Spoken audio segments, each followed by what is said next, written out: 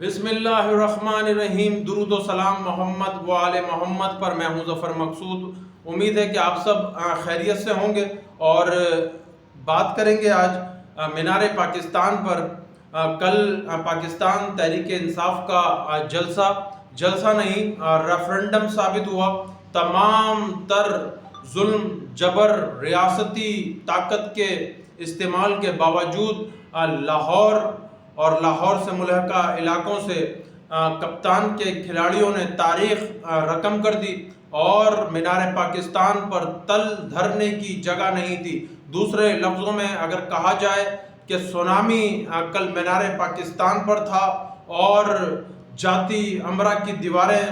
جو ہے در و دیوار وہ کانپ رہے تھے، اور اس کا جو عملی ثبوت ملا وہ ٹویٹر اکاؤنٹس پر اس پر ابھی بات ہوگی کہ کیا ہوتا رہا کل رات سے لے کے اب تک 24 گھنٹے گزرنے والے ہیں، کس طریقے سے پاکستان مسلم لیگ نون اور اس کی سوشل میڈیا ٹیم جو ہے وہ اس جلسے کو فلاپ ثابت کرنے کی کوشش کر رہی ہے، پر منہ کی کھانا پڑ رہی ہے۔ سب سے پہلے تو کل عمران خان صاحب نے اپنی تقریر سے جو گرمایا لوگوں کو، جو جوش اور ولولہ تھا، اتنا چارج کراؤڈ پاکستان مسلم لیگ نون کے جو ورکرز کنونشن ہے، جو چند 100 لوگ ورکرز آتے ہیں، اس میں بھی یہ جذبہ نہیں دکھتا جو کل بچوں میں، خواتین میں، بزرگوں میں، نوجوانوں میں جذبہ تھا، اور فلک شگاف نعرے تھے۔ منظر جو ہے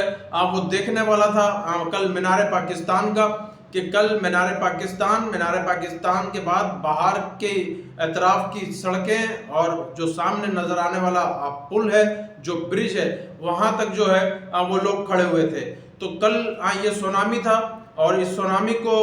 مکمل طور پہ روکنے کی کوشش کی گئی، نگراں حکومت کے ذریعے روکنے کی کوشش کی گئی۔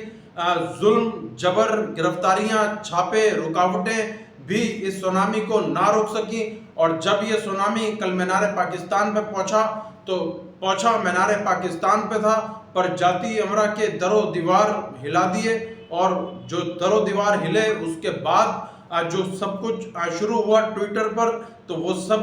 آپ لوگوں نے دیکھا ہوگا۔ جنہوں نے نہیں دیکھا ان کو میں بتاتا چلوں کہ کل پاکستان مسلم لیگ نون کے عطا تارڑ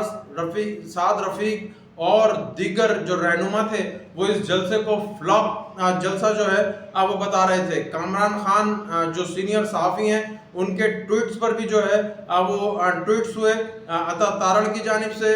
سعد رفیق کی جانب سے، اور اس کے بعد صبح اس جلسے کو فلاپ شو کرنے کے لیے، اس جلسے کے حوالے سے بات کرنے کے لیے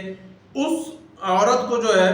وہ پریس کانفرنس پر بٹھایا گیا کہ جو آج تک کونسلر بھی نہیں بن سکی، کونسلر کا الیکشن بھی نہیں لڑ سکی، اس کو عمران خان صاحب کے جو 10 نکات تھے جلسے میں جو بیان کیے، اور جو عوام تھی، جو کامیاب جلسہ تھا، اس کو فلاپ شو کرنے کے لیے صبح ان کو جو ہے وہ پیش کر دیا گیا میڈیا کے سامنے کہ جائیں، اور اس کے بعد سوشل میڈیا پر خاص طور پہ ہنا پرویز اور اس کے علاوہ مائزہ حمید اور دیگر جو مسلم لیگ نون کی خواتین ہیں، انہوں نے ٹویٹر پہ بڑی کوشش کری کہ کسی طریقے سے اس کو جو ہے وہ فلاپ جلسہ جو ہے وہ بتا سکیں۔ پر کل کا جلسہ عمران خان صاحب کے جو 5 سابقہ جلسے تھے ان کا ریکارڈ توڑ کے گیا، جو عمران خان کے سابقہ جلسے تھے ان کا ریکارڈ توڑ کے گیا، اور باقیوں کی تو جو ہے وہ نظیر ہی نہیں ملتی اس جلسے کے سامنے کہ جو کل پاکستان تحریک انصاف نے یہ جلسہ کیا ہے۔ اس جلسے کی خاص بات یہ تھی کہ اس جلسے میں امپورٹڈ حکومت کے جو بغل بچہ نگراں سیٹ اپ ہے، محسن نقوی اور ان کے ساتھ جو دیگر کابینہ ہے، خاص طور پہ جو ہے عامر میر جو ہے وہ بھرپور کوشش کرتے رہے پولیس کے ذریعے، اور راستے بند کروا کے، اور آخر میں انہوں نے ایک ریڈ الرٹ جاری کر دیا۔ کوشش یہ تھی کہ کسی طریقے سے جو ہے وہ مینار پاکستان پر لوگ نہ پہنچیں، پر اتنی بڑی تعداد میں لوگوں کے پہنچنے کے بعد اوسان لازمی خطا ہونے تھے، اور آج ان اوسان خطا میں جن کو عمران خان صاحب اپنا 12واں کھلاڑی کہتے ہیں، مریم صفدر، مریم نواز، آج انہوں نے بھی جو ہے وہ 12ویں کھلاڑی والا کام کیا. ایک اور بلنڈر انہوں نے مارا ہے آج، کیونکہ جو ایک نوٹیفیکیشن ہے پیمرا کا کہ جس میں ہے کہ جی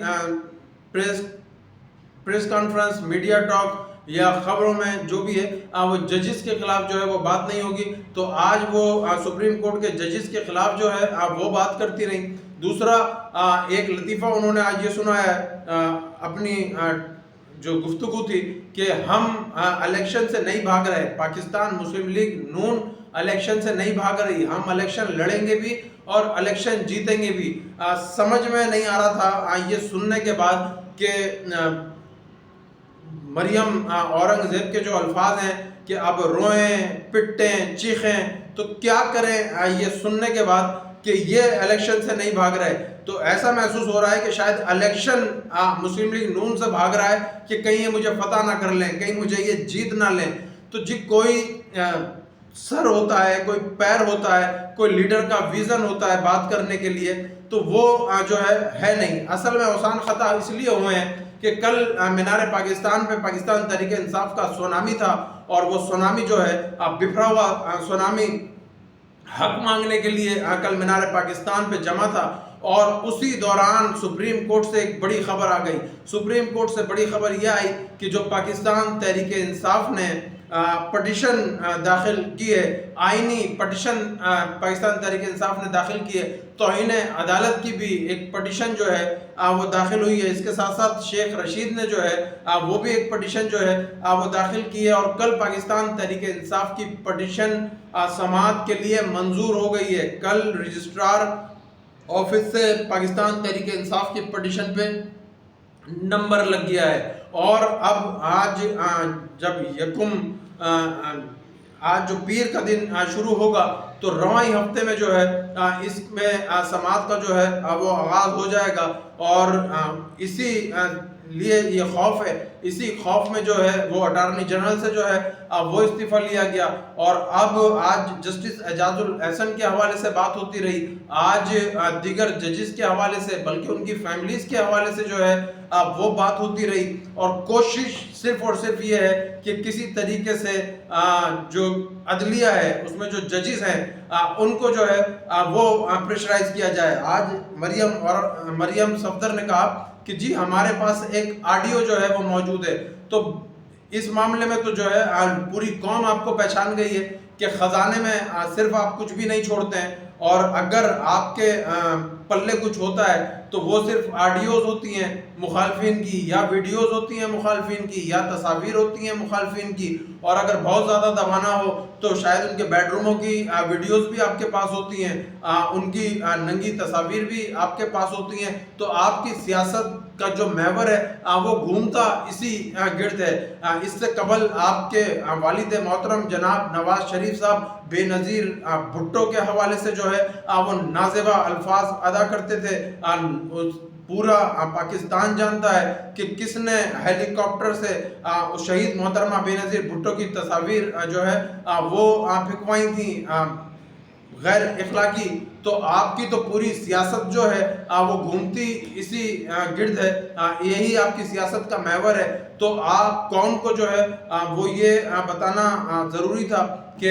ایک تو سماعت کا آغاز ہو رہا ہے، ان کے دن جو ہیں وہ کم رہ گئے، تھوڑے رہ گئے. اور کل جو مینار پاکستان پہ جو سونامی تھا اس کے بعد ان 13 جماعتوں سمیت مقتدر حلقوں یعنی کہ طاقتور حلقوں کی بھی جو ہے وہ